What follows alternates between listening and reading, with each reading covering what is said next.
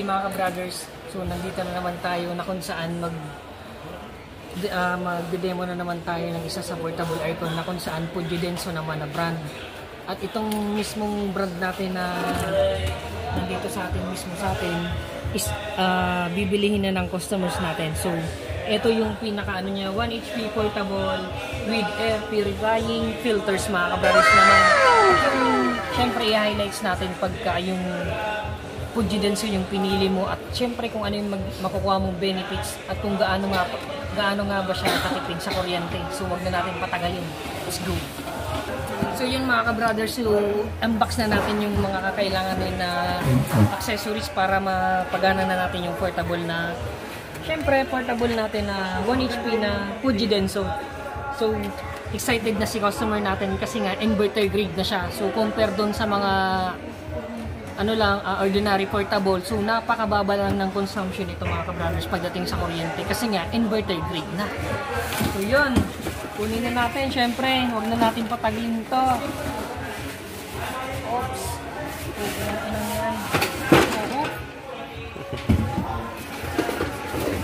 So yun syempre mga ka-brothers, dito na kompleto yung mga accessories na gagamitin natin. Siyempre, dito naman yung gagamitin natin sa kung saan lalabas yung mainit na hangin pagka ginamit na ni ma'am. Siyempre, tuturuan natin si ma'am kung paano mag-install.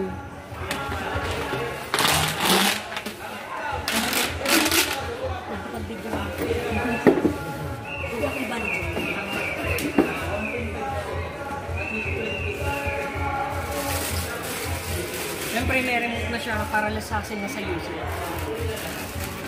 Para hindi na lapit ng lapit si ma'am kung sakaling mag-a-adjust ng lamig. Para kung sakaling naman nakukulangan si ma'am sa lamig. So, pwede niyang habang nanonood ng TV, remote na lang. Anong magagawa? Laging natutulala. Kung lumalapit ka, kung lumalapit ka, ako ay natutuwa. Kahit di sinasagot,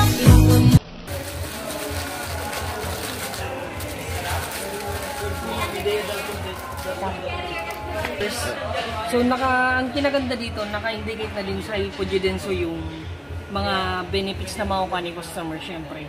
Meron na siyang HEPA, Bio, and high density filters. Yung tinitukoy dito na high density filters mga ka-brothers. So yung dito sa ng filter, halimbawa pagka maglilinis na si ma'am, kasi pagka every day natin siyang ginagamit, every 2 weeks yung every 2 weeks yung linis ng filter natin. So mapapansin nyo, mas pinaganda na yung ng filter natin para yung kahit na smallest particle of dust, kuwang-kuwa para dito. Kasi mas pinapino na siya, kaya tinawag siya na high density filter kasi mas pinaganda na yung filter niya na ginamit. Hindi na siya yung ordinary na net. Meron kasi kayong ma-encounter na pag yung sa filter, yung parang sa kulambo lang na style. So dito, mas pinaganda na siya. So pansin nyo may filter na din syempre. At syempre, tuturuan natin si ma'am kung paano nga ba maglinis ng filter niya. Let's do this. Tama guys. So, syempre, subscribers na rin natin si ma'am. Ayos.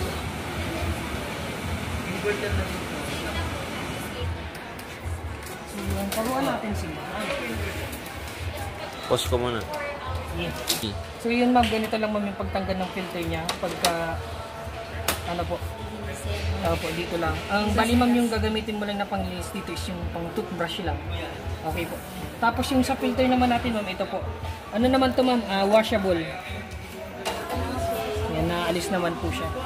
Tapos pansin nyo guys, mga ka-brothers, gold pin na yung ginamit din na coating dito sa condenser natin, sa portable natin na Pujidenso kasi mas pinaganda na din yung performance nito compare dun sa ordinary lang na pins. So dito kasi sa ginamit natin na condenser dito kay Pujidenso. So dito mas pinaganda na kasi napakahaba na ng buhay ng pins niya compare dun sa ordinary lang. So gold coating na din siya. So halos may pagkakasimilarity lang siya nung halos lahat na portable kasi sa function naman dito pa rin sa baba niya yung sa drain. Dito natin syempre may drain pa rin kasi siya mga ka-brothers. So ito yun. Dito natin ilalagay yung sa drain hose. Ito. Dito yun ma'am, medyo maiksi lang to. Kaya pagka ano ma'am, magpo-provide ka medyo ng mahaba. Siyempre sa drain niya po. Tapos dito na din mga ka-brothers yung kakailanganin pagka ano.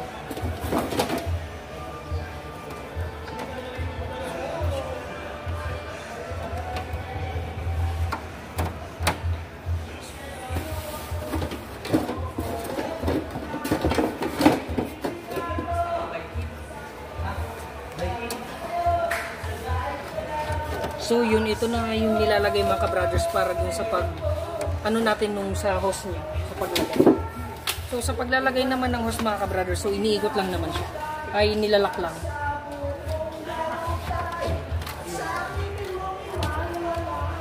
So ito, nilalak siya lang siya ng tatlong ganito. So napapahaba naman siya.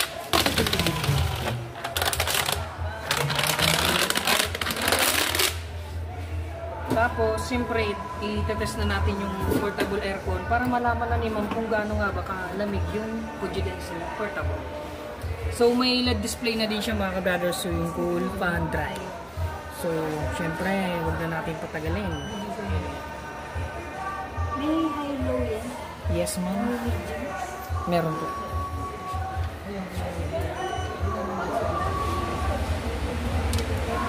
So dito mga ka-brothers, 17 yung pinaka malamig ni Pujidenso.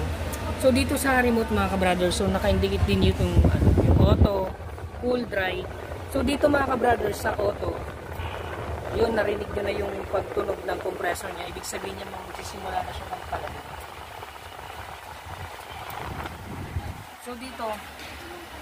So dito mga ka-brothers, dito ma'am sa cool niya ma'am, ito ma'am yung sa cool po na mode. Ito ma'am yung masusunod kung gaano kalamig yung gusto ng user. Tapos dito naman sa cool ma'am, sa cool po. Halimbawa, sa cool po kasi ma'am, yung tamang temperature lang po yan tulad dito sa mall na nasa 23 to 24 lang. Pag sa auto cool po. Halimbawa ma'am, sa auto cool ma'am, nag-set ka ng auto cool mode. Ngayon ma'am, nakukulangan ka sa lamig. Kasi magsisit lang siya ng 20 to 24. Ngayon ma'am, pagka gusto mo kasing dagdagan yung lamig niya na naka-auto ka po, hindi po yan ma'am, babalik siya ma'am sa 23 to 24 ma'am na set lang. Kahit iset mo siya ng 17. Opo. Ngayon, kung gusto mo kasi ma'am masunod yung lamig mo, dito tayo ma'am sa cool. Yung sa dry mode naman po, so nagagamit lang ito ma'am pagka halimbawa kasi ma'am na sobrang init ma'am sa labas, tapos biglang umulan. Ito yung pinaka the best kasi ma'am nagagamitin yun sa dry. Okay. Siyempre ma'am may adjustment kasi ma'am pagdating sa ganun ma'am na sitwasyon naman. Ngayon ma'am, may timer on siya, timer off. Ulan, and then ay, mainit din ang ulan. Meron ganun, Tapos, i-dry ko siya. Yes po. Tapos ma'am, yung sa timer on, timer off naman yan ma'am. Pwede ka ma'am mag-set lang ng ano ma'am. Halimbawa, hindi mo pa ma'am, may remote holder naman ito kasama. Ngayon ma'am, sa ganitong oras ma'am, pwede mo siyang gusto mo siyang mag-on sa ganitong oras na hindi hinawakan yung remote. Basta mong visible yung sensor ma'am sa remote niya dito sa unit. Hindi mo pa nahawakan yung remote ma'am, gusto mo siya mag-on sa ganitong oras, pwede. Tapos sa timer off naman ma'am, yun po yung nag-set, gusto mo siya mag-off sa ganitong, magsiset ka lang ng 4 hours, ganyan, pero hindi mo kailangan ng timer on doon. Pag on mo tapos gusto mo muna siya after 4 hours, yun naman yung timer off. Okay po.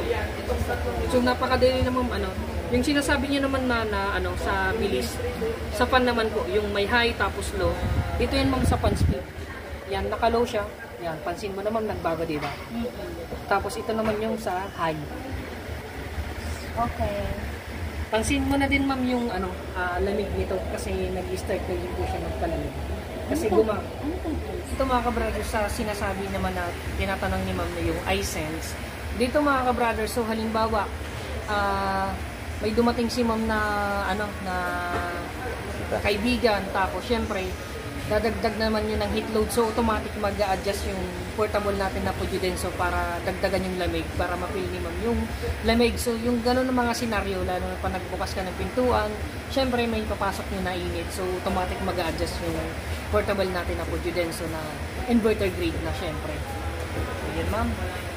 Okay, thank you. Bali yung dito pa na mga ka-brothers, so, sa ano natin, yung gamit natin na refrigerant dito is yung R14A syempre mga ka-brothers na na refrigerant na kung saan isa din to sa pinakamagandang refrigerant din na ginagamit sa air conditioning na kung saan siya eco-friendly na siya, so hindi siya nakakasira ng ozone layer natin dito sa earth. So yun, so napakababa lang ng nito consumption sa kuryente kasi nga inverter grade na siya.